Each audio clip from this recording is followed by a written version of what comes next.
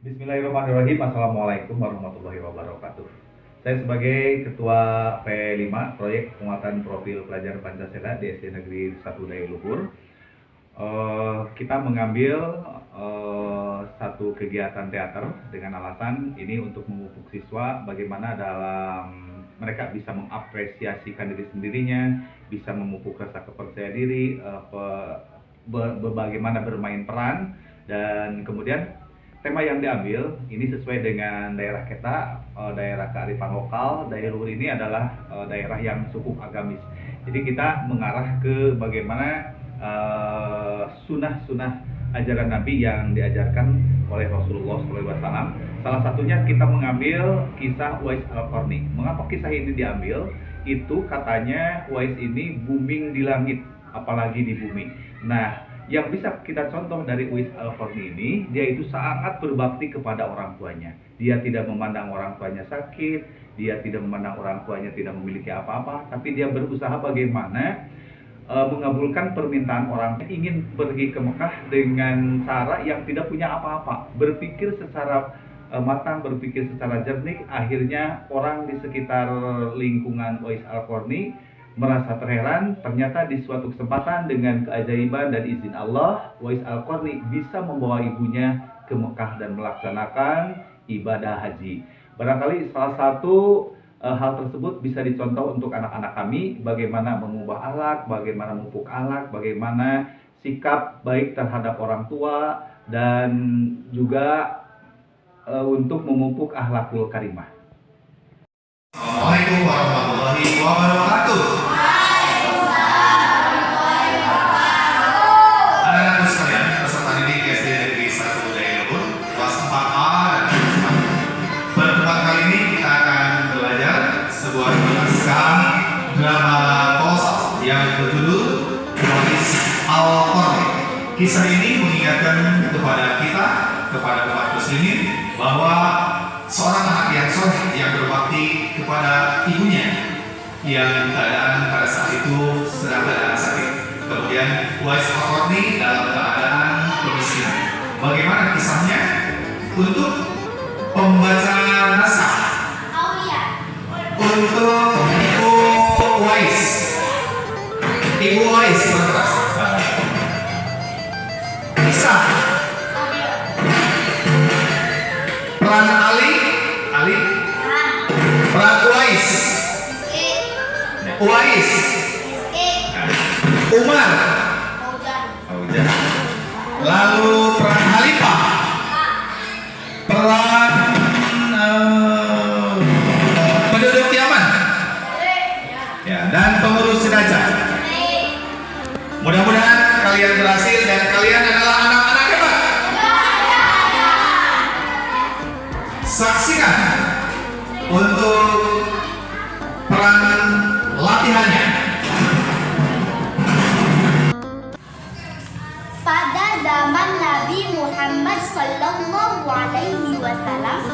ada seorang pemuda bernama Uwais Al-Qarni.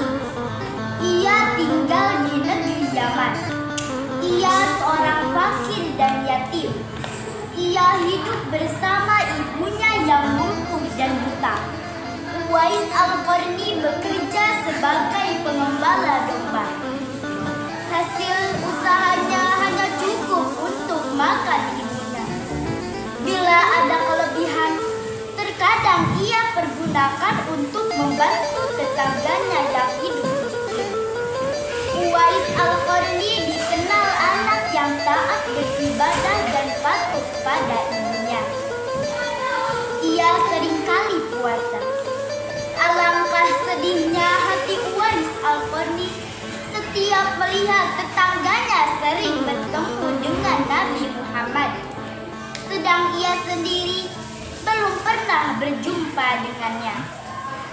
Kerinduan Uwais Al-Qarni untuk menemui Nabi SAW makin dalam. Hatinya selalu bertanya-tanya, kapankah ia dapat bertemu Nabi Muhammad SAW dan memandang wajah beliau dari dekat. Ia rindu mendengar suara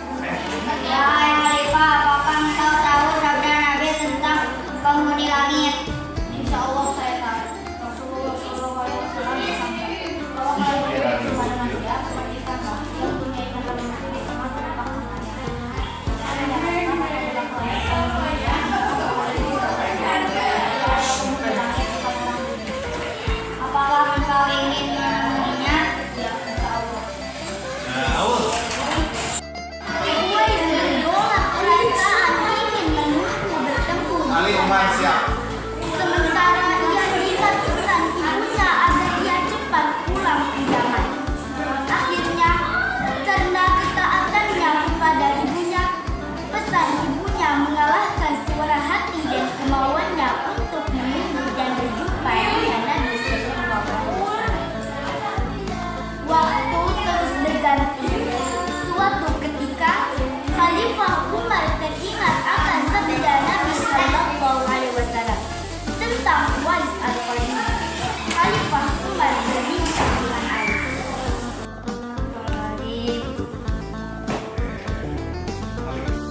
Wahai hamba Allah, siapakah namamu? Allah.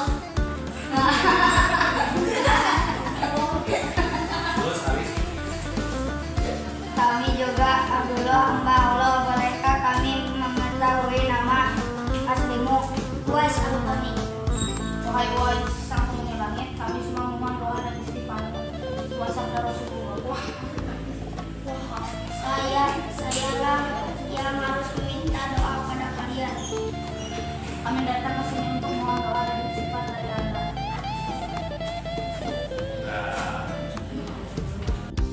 Sedekah dari kami. Tidak, saya tidak mau. Saya hanya meminta sesuatu kepada Khalifah Umar.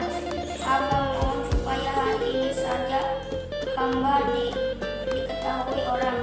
Untuk hari-hari selanjutnya, biarlah hamba yang zikir ini tidak diketahui orang lagi.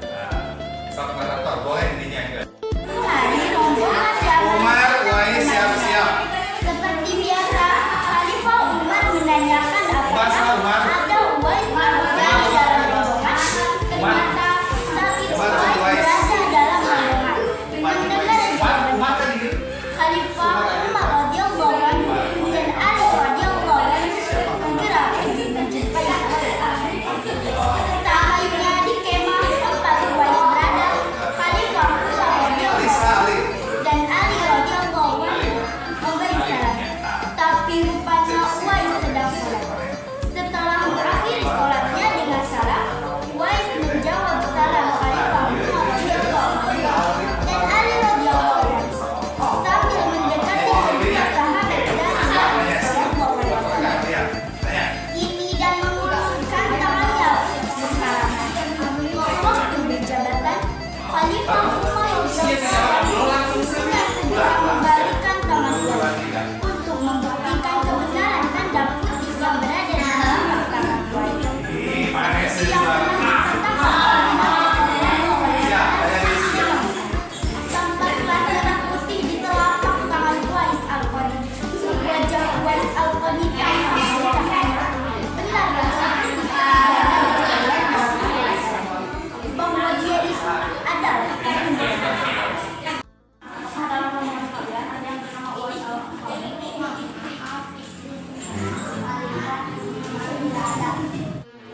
Wahai orang Yaman, apakah dalam rombongan kalian ada yang bernama Uwais Al-Qarni?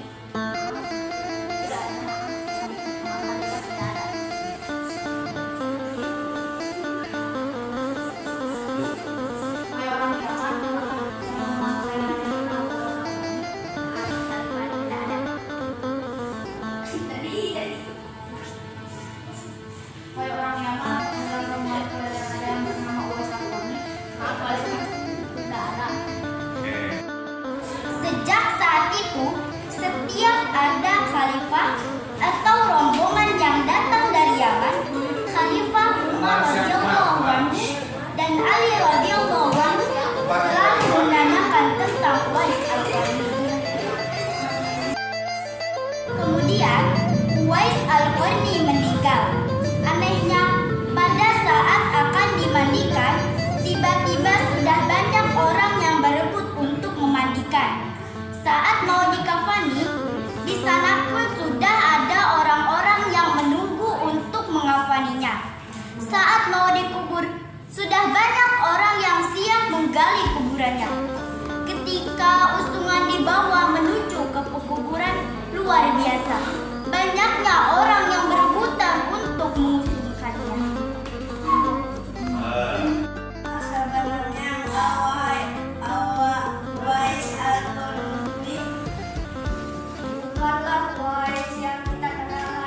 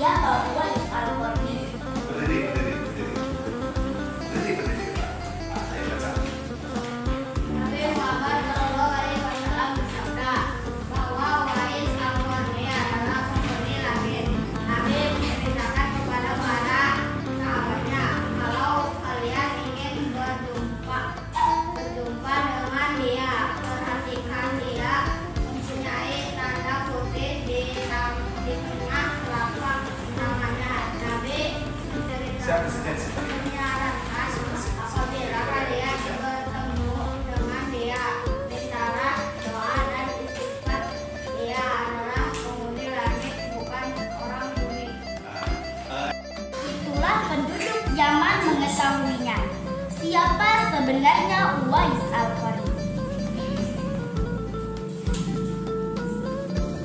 Kita mengalami untuk proses latihan dalam teater ini tentu hal yang dikatakan rumit. Nah, anak-anak kita bawa diarahkan dengan bagaimana kita berolah rasa, olah pikiran, olah tubuh dan lain sebagainya. Anak-anak diajak untuk bagaimana cara kita bernapas, bagaimana cara memainkan mata, bagaimana cara mengolah rasa. Nah, hal tersebut ini dimaksudkan untuk bagaimana setelah terjun nanti mereka diberi peran. Jadi mereka di peran itu bisa memerankan tokoh-tokoh tersebut seperti bagaimana tokoh Uwais Al-Qarni, tokoh ibunya, dan tokoh-tokoh pendampingnya.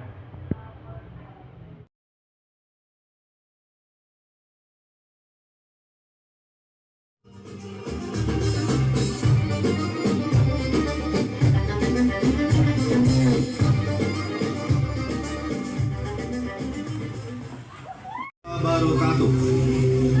P5 Proyek Penguatan Profil Pelajar Pancasila SD Negeri 1 Dailuhur kelas 4A dan kelas 4B menampilkan sebuah cerita kisah Uwais Al-Qarni. Perkenalkan, nama saya Yuli Aulia Muslimah sebagai pembaca cerita. Kenalkan, nama saya Rizky Fahrudin berperan sebagai Uwais Al-Qarni. Perkenalkan, nama saya Sabila Kusharawati berperan sebagai Ibu Uwais. Perkenalkan, nama saya Nisa Nurul berperan sebagai Aisyah. Perkenalkan, nama saya Rayhan Ali berperan sebagai Ali bin Abi Thalib. Perkenalkan, nama saya Muhammad Fauzan Fatir berperan sebagai Umar bin Khattab.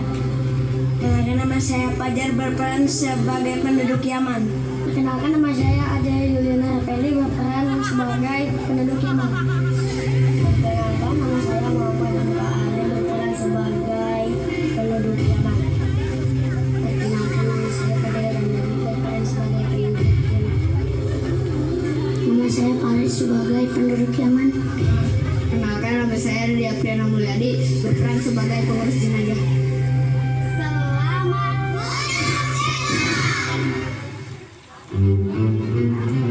Pada zaman Nabi Muhammad SAW, ada seorang pemuda bernama Uwais Al-Qarni. Dia tinggal di negeri Yaman. Ia seorang fakir dan yatim. Dia hidup bersama ibunya yang lumpuh dan buta. Uwais Al-Qarni bekerja sebagai pengembala domba. Hasil usahanya hanya cukup untuk makan ibunya. Bila ada kelebihan, terkadang ia pergunakan untuk membantu tetangganya yang hidup miskin. Uwais Al-Qarni dikenal anak yang taat beribadah dan patuh pada ibunya. Ia seringkali puasa. Alangkah sedihnya hati Uwais Al-Qarni setiap melihat tetangganya sering bertemu dengan Nabi Muhammad, sedang ia sendiri belum pernah berjumpa dengannya. Kerinduan Uwais Al-Qarni untuk menemui Nabi Sallallahu Alaihi Wasallam makin dalam. Hatinya selalu bertanya-tanya, kapankah ia dapat bertemu Nabi Muhammad Sallallahu Alaihi Wasallam dan memandang wajah beliau dari dekat? Ia rindu mendengar suara Nabi Sallallahu Alaihi Wasallam. Kerinduan karena iman.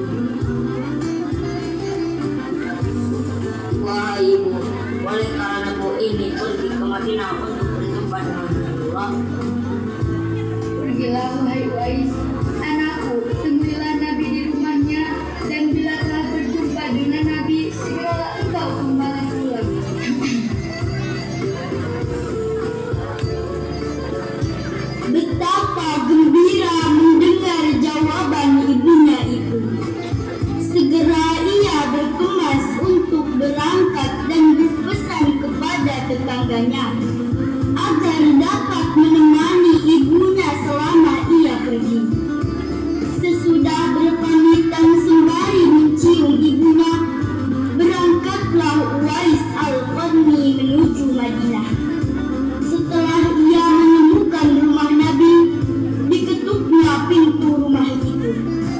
sambil mengucapkan salam. Keluarlah seorang seraya membalas salamnya. Assalamualaikum. Waalaikumsalam. Permisi, saya bertemu dengan Rasulullah. Maaf, tidak bisa Rasulullah sedang dalam pertempuran bersama sahabat Nabi. Dalam hati Uwais bergolak perasaan ingin menunggu bertemu dengan Nabi. Sementara ia ingat pesan ibunya agar ia cepat pulang ke Yaman. Akhirnya, karena ketaatannya kepada ibunya, pesan ibunya mengalahkan suara hati dan kemauannya untuk menunggu dan berjumpa dengan Nabi Sallallahu Alaihi Wasallam. Waktu terus berganti. Suatu ketika, Khalifah Umar teringat akan sabda Nabi Sallallahu Alaihi Wasallam tentang Uwais Al-Qarni. Khalifah Umar berbincang dengan Ali.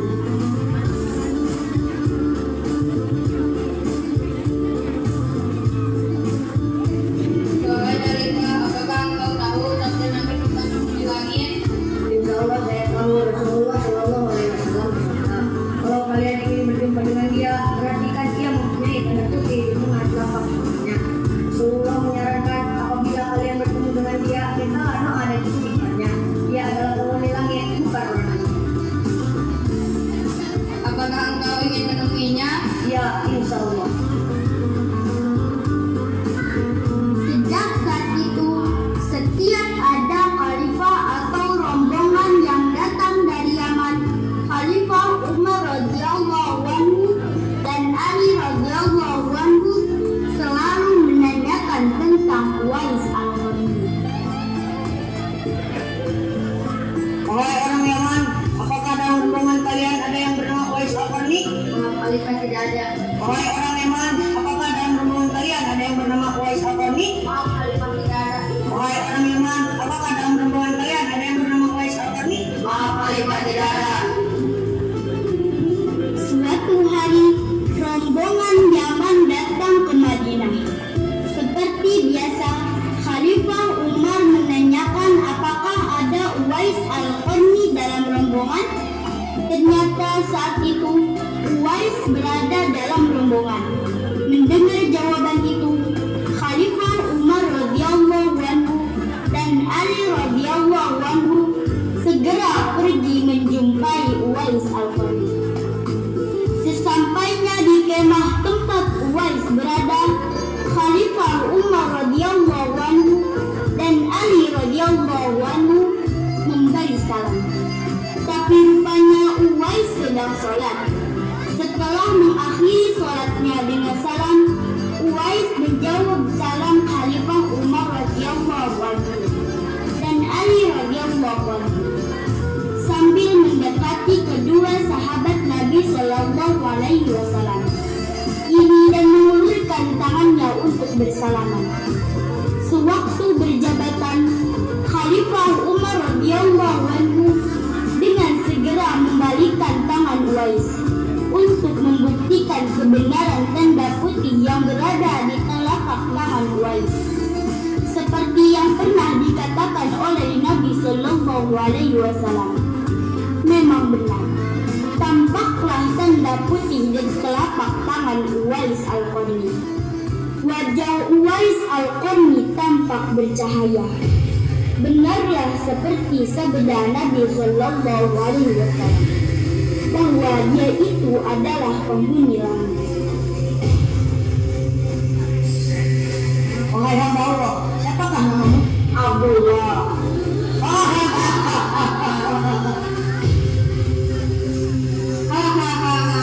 Kami juga Abdullah, hamba Allah. Bolehkah kami mengetahui nama aslimu? Wahai Uwais sang penghuni langit, kami semua memohon doa dan istighfarmu sesuai sabda Rasulullah. Sayalah yang harus meminta doa pada kalian. Kami datang ke sini untuk mohon doa dan istighfar dari Anda. Astagfirullahaladzim. Astagfirullahaladzim. Astagfirullahaladzim.